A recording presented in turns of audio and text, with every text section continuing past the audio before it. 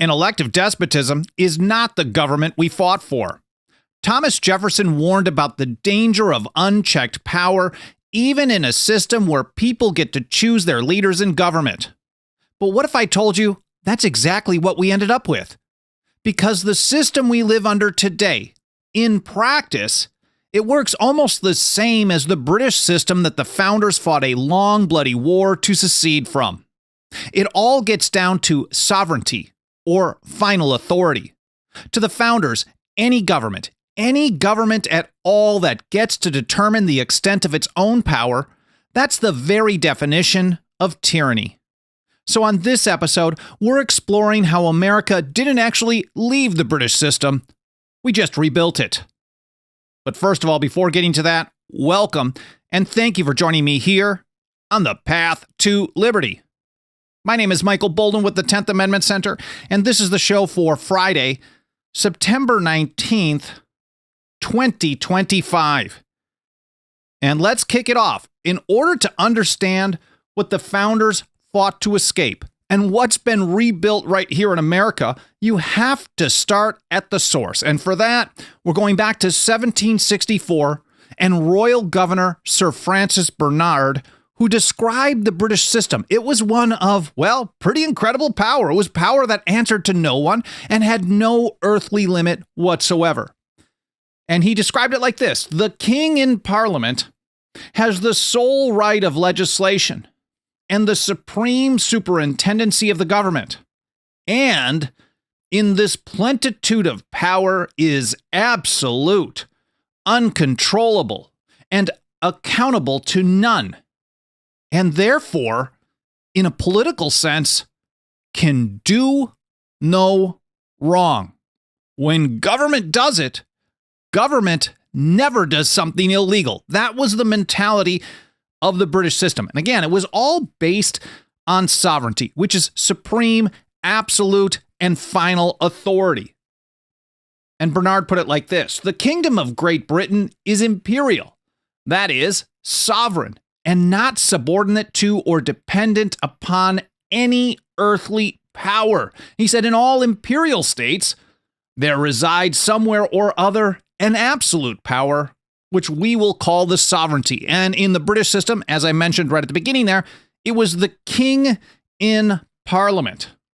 Exercising this sovereign power, the British passed the Sugar Act in early 1764 as a method to raise revenue to keep a standing army stationed in the colonies at the end of the 7 Years' War. In Boston, Samuel Adams immediately framed it as a serious challenge to their most fundamental right, the power of local self-government, the power to govern themselves. He said, for if our trade may be taxed, why not our lands? Why not the produce of our lands and everything we possess or make use of? This, we apprehend, annihilates our charter right to govern and tax ourselves. And then Samuel Adams then took the argument to its logical and pretty brutal conclusion. A people taxed without even having representation, well, they're not free, not even close. He said, if taxes are laid upon us in any shape, without our having a legal representation where they are laid, are we not reduced from the character of free subjects to the miserable state of tributary slaves? And James Otis Jr. that same year in the Rights of the British Colonies asserted and proved, this is in July of 1764, I have it dated as the 12th, but this will be linked to in the show notes. He also made the case that this would be setting a precedent. You allow them to do this, and of course, they establish that precedent, and they're going to start going after every other right you have. He said the very act of taxing exercised over those who are not represented appears to me to be depriving them of one of their most essential rights as freemen, and if continued, seems to be in effect an entire disfranchisement of every civil right. And so this was really kind of the foundation of the idea of no taxation without representation, or taxation without representation is tyranny. But this slogan, no taxation without representation, it meant absolutely nothing to the British. They did not care. We're sovereign, you're subjects was the attitude, and you can say all you want, but we're going to do it anyways. He said the Parliament, and this is back to Bernard, the Parliament of Great Britain, as well as from its rights of sovereignty as from occasional exigencies, has a right to make laws for and impose taxes upon its subjects in its external dominations, although they are not represented in such parliament. So they knew they weren't it's not like this was a secret and it was like a new discovery. Hey, you guys are trying to tax us, but here's a reminder. We're not represented in parliament. No, they didn't care at all. The attitude was, you are under our domination and what we say goes. Of course, we know that the British ignored those warnings and complaints, and they just doubled down. In 1765, they escalated things with the very much hated internal tax known as the Stamp Act. And Patrick Henry's Virginia Resolves of that year, they drew a constitutional line in the sand, and you'll be able to see a very quick difference between the views of the British and the views of the Americans, the American colonists. Resolved, therefore, that the General Assembly of this colony have the only and sole exclusive right and power to lay taxes and impositions upon the inhabitants of this colony, and that every attempt to vest such power in any person or persons whatsoever other than the General Assembly aforesaid has a manifest tendency to destroy British as well as American freedom.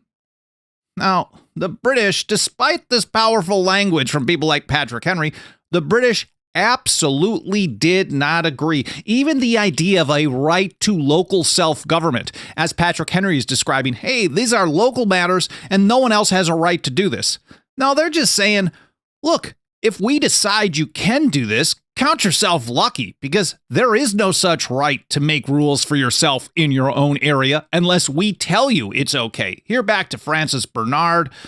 He said a separate legislation is not an absolute right of British subjects residing out of the seat of empire. It may or may not be allowed.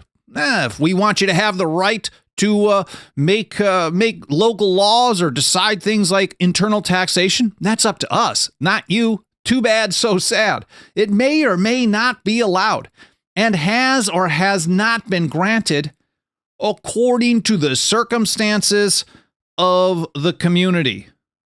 And of course, we know that through a lot of resistance and other forms of noncompliance, the people nullified the Stamp Act into oblivion in practice and effect. They just couldn't get it enforced. So when the British repealed the act, it was really more of a political move. They didn't feel that they had to legally. They weren't agreeing with the legal arguments. And just to make it very clear to those uppity Americans that they weren't agreeing with those legal arguments, the day that they repealed the Stamp Act in 1766, March 18th, they passed another act called the Declaratory Act to assert this power, unlimited, centralized power over the colonies, to bind the colonies and people of America, subjects of the Crown of Great Britain, in all cases whatsoever. And the Declaratory Act, when it comes to the American Revolution, really was the point of no return, because it forced the essential question: who is in charge? Who has final say? The British said, of course, government has the final say, and our government, not even your own local ones. Americans like George Mason, for example, in 1775, took the position that it's the people themselves. He wrote, in all our associations, in all our agreements, let us never lose sight of this fundamental maxim, that all power was originally lodged in and consequently is derived from the people. We should wear it as a breastplate and buckle it on as our armor. To the American revolutionaries, the Declaratory Act wasn't even a real law. They had all kinds of names for it. For example, John Hancock, in his Massacre Day oration of 1774, called it the pretended right. And Thomas Paine took that contempt a step further. In the Crisis Number 1, in the Depths of Winter in 1776, he saw it as a claim of power so total that it was an offense against God. Britain, he wrote, with an army to enforce her tyranny, has declared that she has a right not only to tax, but to bind us in all cases whatsoever. And if being bound in that manner is not slavery, then there is not such a thing as slavery upon earth. Even the expression is impious, for so unlimited a power can belong only to God. And years later, James Madison identified this clash over power, over authority, over sovereignty as the fundamental principle of the entire revolution. He wrote, "The legislative power was maintained to be as complete in each parliament as in the British Parliament." The short version is, each sphere has their own jurisdiction. The local colonial legislatures, as Patrick Henry, for example, described in response to the Stamp Act, they dealt with certain things, and the British Parliament was not allowed to interfere. And then the other way worked as well. The British Parliament had total and final authority in their sphere, and no one could interfere with that. Madison continued, "A denial of these principles by Great Britain and the assertion of them by America produced the revolution." So the British model that the founders fought a long, bloody war to secede from is that sovereignty is in government. Final authority is within government, and that's a government that gets to determine its own limits, which means they have power in all cases whatsoever. It's up to them. The American constitutional system was a complete and total rejection of this British model. And St. George Tucker, I think, described the blueprint pretty well. In the United States of America, he wrote, "The people have retained the sovereignty in their own hands. They have in each state distributed the government or administrative authority of the state into two distinct branches, external and internal, or internal and external. The former of these they have confided, with some few exceptions, to the state government, the latter to the federal government." And John Jay boiled it down even further. The Constitution, he argued, it's really just a list of instructions for the staff. He said the Constitution only serves to point out that part of the people's business which they think proper by it to refer to the management of the persons therein designated. And he continued, reminding us that in the American system, government is nothing more than an agent. It is not the master. At least that's how it was supposed to be set up. He said those persons are to receive that business to manage, not for themselves and as their own, but as agents and overseers for the people to whom they are constantly responsible. Now, remember that language right from the beginning of the show that Sir Francis Bernard used to describe the British system? Well, in the Pennsylvania Ratifying Convention in December of 1787, James Wilson flipped the whole thing upside down to explain the American system. He said, the truth is that in our governments, the supreme, absolute, and uncontrollable power remains in the people. It was always there, and it stayed there, according to James Wilson. Now, I realize I'm going through a lot of really detailed information here. It's important historical stuff, but it's my hope that this episode really serves as a bit of a highlight reel for you. And if you're the type of person who hears stuff like this and really is like, I want to learn more about this, you are in luck, because every single episode, we publish a blog post for that episode. Alan Mosley does an awesome job getting that organized. And in each blog post, there is a show links section. And as long as I did a decent job with my notes, Alan will have all of the references that I'm mentioning in the show, generally in the order that I go through them in the episode. Again, that's a mouthful.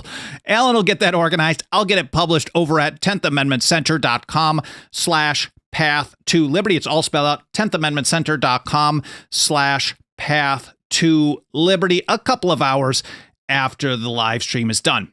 Now, if we talk about the supreme and uncontrollable power remaining with the people, well, that has a lot of implication if it plays out the way it's supposed to. And as John Dickinson explained, he was the penman of the American Revolution, the lead drafter of the Articles of Confederation. He explained that when you have a bad administration of government under the Constitution, the answer to that isn't within government at all. It's with the supreme sovereignty of the people. He said, "It is their duty to watch and their right to take care that the Constitution be preserved." Or in the Roman phrase on perilous occasions, to provide that the Republic receive no damage. And in the Virginia ratifying convention, George Nicholas, another Federalist leader there, he got a little bit more specific about the process. He said the courts could be a first line of defense against usurpations of power, but if the courts don't do the job, it's still the people who have the final say. Here's how he put it. "But," says he, "who is to determine the extent of such powers?" They were debating the powers in the Constitution. "I say," he said, "the same power which in all well-regulated communities determines the extent of legislative powers. If they exceed these powers, the judiciary will declare it void. And if not, the people will have a right to declare it void." So he's making it very clear here. Yeah, of course, go to the courts, and if the courts don't do the job, they're not the final say. The people are the final say themselves. And in the North Carolina ratifying convention, Archibald McLean started with the same core principle, which we heard a little bit earlier in the show from George Mason, for example. Started out with all power is in the people and immediately derived from them. So when the people hold power, the people are sovereign. They hold final authority. How do you deal with violations of the Constitution? Well, he said, this is what we do. You cannot exceed the power prescribed by the Constitution. We will disregard it and punish you for the attempt. That's how he felt, and this was not an uncommon view at all. We will disregard it and punish you for the attempt for stealing power that was never delegated to you. And that's similar to how even Alexander Hamilton put it in Federalist number 33, the biggest of the big government guys of the time. He was discussing federal supremacy, and he had the same mentality for how to treat violations of the Constitution. He said, "But it will not follow from this doctrine of supremacy that acts of the large society which are not pursuant to its constitutional powers, but which are invasions of the residuary authorities of the smaller societies will become the supreme law of the land." So only a limited number of things pursuant to the delegated powers of the Constitution are supreme. It's not in all cases whatsoever, even though that's what he actually wanted. That's a side quest there. But he said these will be merely acts of usurpation and will deserve to be treated as such. And how do you treat usurpations of power? Well, you disregard them. You punish them for the attempt. Or as George Nicholas made clear, a free people just don't let them stand. At least not forever, right? He said, what would be the consequence of passing such a law, a usurpation of power? He said, it would be, sir, that after the expiration of the 2 years at the next election, they would either choose such men as would alter the law, or they would resist the government. So if we can't get this fixed in the normal process, we have to start resisting. Just after 2 years. That was his kind of toleration point. And George Nicholas took it even a step further. He pointed out that a free people would never let their own constitution be twisted into something that authorizes tyranny. He said, an enlightened people will never suffer what was established for their security to be perverted to an act of tyranny or to thousands of acts, laws, rules, regulations, and orders of tyranny. And for the founding generation, there was no better description of tyranny than when government steals power that was never delegated to it. That's how St. George Tucker described it in 1803. He said, if in a limited government, the public functionaries exceed the limits which the Constitution prescribes to their powers, every such act is an act of usurpation in the government, and as such, treason against the sovereignty of the people, which is thus endeavored to be subverted and transferred to the usurpers. I mean, if you think about it, the short version is, if power comes from the people, government is just an agent of the people, the Constitution is just a list of tasks for that agent to do, If the agent just starts doing stuff that wasn't delegated to it, it's literally stealing final authority and power from the people. And that is an act of treason against that sovereignty or final authority. So in the British system, government itself held sovereignty or final authority. And the Declaratory Act made this painfully obvious because they claimed power in all cases whatsoever. What does that mean in practice? Well, government gets to do whatever it wants to do until government changes its mind. Now, if you compare that to the American system of today, I don't think there's much of a difference. Not how it's supposed to be in the Constitution, but how it actually plays out in practice.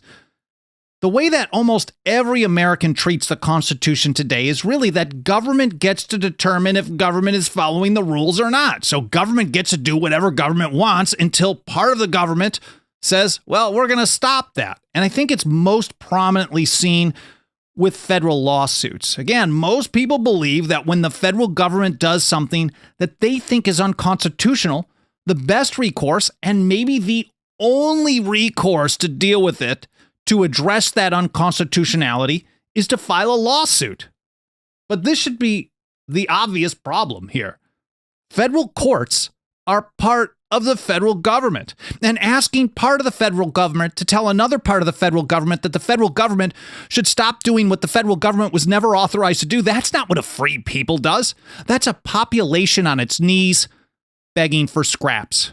And we can see this play out on issue after so-called law, rule, regulation, or whatever it may be, whether it's the Patriot Act or the NFA or anything else in between. And then if you add on top of it the modern and twisted version of the Supremacy Clause, that is, that federal law is always supreme, period, end of story, until the federal government decides that, well, we went too far. In other words, go to the courts. Instead of how Alexander Hamilton explained it in Federalist 33, there's not much difference when you package this all together, how the people themselves treat their own government under their own constitution. There's not much difference between total federal supremacy of today and the British claim in the Declaratory Act of a power over the people in all cases whatsoever. I think the only real major difference in practice comes down to a handful of elections every few years, but as Thomas Paine explained in The Rights of Man, simply choosing who holds the whip does not make you free. He said it is not because a part of the government is elective that makes it less a despotism. If the person so elected possessed afterwards unlimited powers. And he continued, election in this case becomes separated from representation, and the candidates are candidates for despotism. And this system of unlimited federal supremacy, of elected rulers with unlimited power, is the exact nightmare that Thomas Jefferson warned us about. And it brings us right back to where we started in the 18th century. Jefferson wrote, an elective despotism is not the government we'd fought for, but one, he said, which should not only be founded on free principles, but in which the powers of government should be so divided and balanced among several bodies of magistracy as that no one could transcend their legal limits without being effectually checked and restrained by the others. But again, if government holds final authority, then all you do is rely on government to check government in the hopes that government will follow the rules given to government. But if the people of the several states, as the founders understood, they held final authority, they held sovereignty, then the answer to what happens when those checks and balances don't work, well, it's pretty straightforward. And Thomas Jefferson gave us that as well. He said, where powers are assumed which have not been delegated, a nullification of the act is the rightful remedy. Not just a good idea to try way down the line, but the rightful remedy. And that right there is the primary difference between subjects on their knees in the British system and a real land of the free. But if you're anything like me, you learned almost None of this in the government-run and government-approved so-called education system.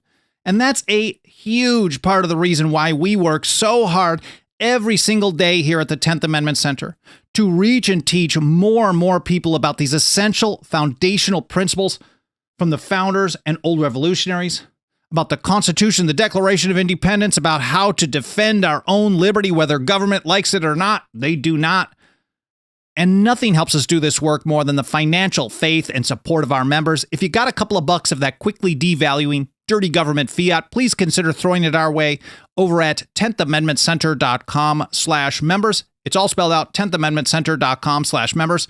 Our membership program starts out at just $2 a month. We also have annual, 5-year, and lifetime options. Again, 10thamendmentcenter.com/members. Now, if you don't want to become a member but still want to pitch in and help out, that's super awesome. Whatever works for you is great for me. I'm very grateful for your support. Or if you already are a member, first of all, thank you, and you want to pitch in one more time, you can do that over at 10thamendmentcenter.com/donate. Again, all spelled out, 10thamendmentcenter.com/donate. No pressure, but I really appreciate any consideration you can give to throwing some support our way. We really need your help, so thank you so much. There's also a bunch of free and easy peasy things that you can do to help us spread the word, primarily by triggering the algorithms of these mainstream platforms. The more stuff that you do to interact with the platform while watching or listening to one of our shows, the more likely they will be to send us out to more people. So like on YouTube, watch time percentage is a huge one. If it's a 20-minute video and you watch it for 40 minutes, that's 200%. That's way better than if you watch it for 10 minutes, which is 50%. You can hit a like button, subscribe, notifications, reviews on Apple Podcasts, comments, sharing links, etc. All that stuff really helps out a great deal, and I really appreciate your support, whether it's financial, otherwise, or all the above. So thank you so much for being here. I hope you enjoyed this episode. I hope it was interesting. Hope it was entertaining, a little bit here and there. But more important than anything, I hope it made you think, and I hope you learned something. Again, I really appreciate you spending some of your time with me today. Have an awesome weekend, and I look forward to seeing you next week here on the Path to Liberty.